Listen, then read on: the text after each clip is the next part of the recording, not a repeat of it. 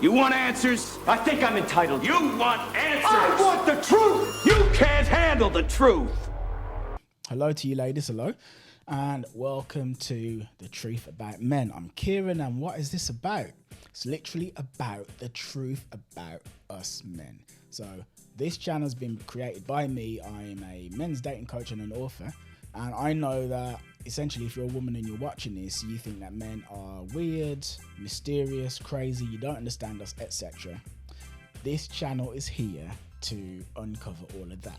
Now, just so we're clear, I'm going to be completely non-biased and impartial, okay? All of the info you get on this channel is going to be real, raw, honest, and truthful. The truth about men, why men do the things they do, why we operate the way we do, etc. Now, what I'm doing today is I have a letter which comes from Joanna. And Joanna has been in a situation that a lot of you girls have been in.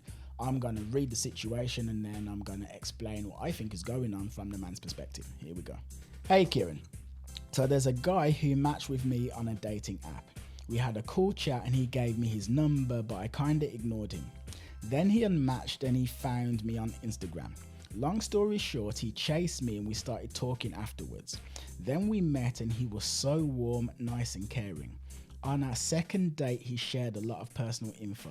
He clearly told me that he likes me, he cooked for me and we had sex. Afterwards, he disappeared for 1.5 days and I told him that I want to stop dating him because his behavior was a lot like black and white, and he was like, okay. Should I have waited before I rushed into this decision? I'm gonna be very honest about how I feel about this situation. It's basically this. So she's had this guy. The guy was like really trying to get with her. She has sex with him, and then after she's had sex with him, he's kind of disappeared for a little while. Is it possible that he just had life get in the way? That's totally possible. It is literally possible that something happened. He had work, he had a family emergency or whatever that made him unable to get back to her within a day and a half. That's totally possible. What do I think is likely to have happened? I'm going to be really honest. So the truth is this. See, as men, sex is different for us than it is for women, as I think you know. Now, as a woman, honestly, sex is more like living in a garden where you've got plants, like you've got apples all around, and you can just pick apples left, right, and center. And in fact, the apples, which are men offering sex, are actually coming up to you saying, hey, do you want to eat me? Do you want to eat me? Do you want to eat me? When you're a man, sex doesn't work like that. Sex is more like being a hunter-gatherer, right? You're out there, you're in the prairies, you're in the savannah, and unless you can actually successfully hunt food, you're not going to get the food. Or it's like being self-employed, like yours truly, whereby if you're self-employed, you don't have a guaranteed check coming in once a month. You have to go out and make your own money, okay? That's what sex is like for men. Now, when there's something that's kind of hard to get, you want it more and you kind of fixate on that thing because it's kind of hard to get that actual thing. And as a result, I really do hope you can't hear that truck in the background, but as a result, a lot of men, when they're speaking to women, are focused and fixated on the act of getting her into bed because it's so tough to get. And to be fair, everybody wants sex as well. We all want it. Men want it, women want it, etc. But it's tough for us to get. Therefore, it becomes like a focus. And another thing to realize as well is that where men are concerned as well, this is like one reason why men really want sex, is because a woman doesn't really, from my experience anyway, you don't really get validated by sex per se. Like, let's say you have sex, it's great sex and whatever, it feels amazing, but it's just sex and it's whatever. For a man, the act of getting a woman to agree to have sex with him is a really affirming thing. It means that you're worthy. It means that you're good. It means you're decent.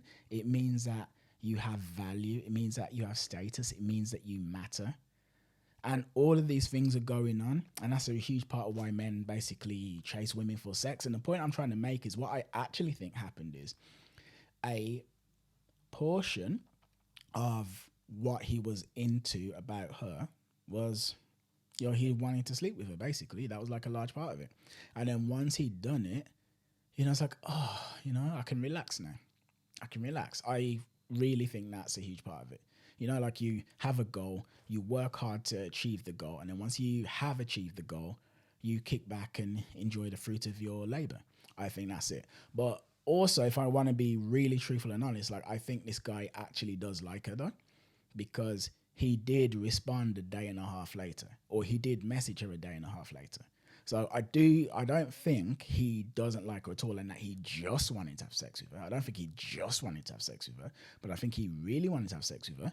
And I feel like a huge part of the interest and the eagerness that she got from him was the fact that he wanted to have sex with her.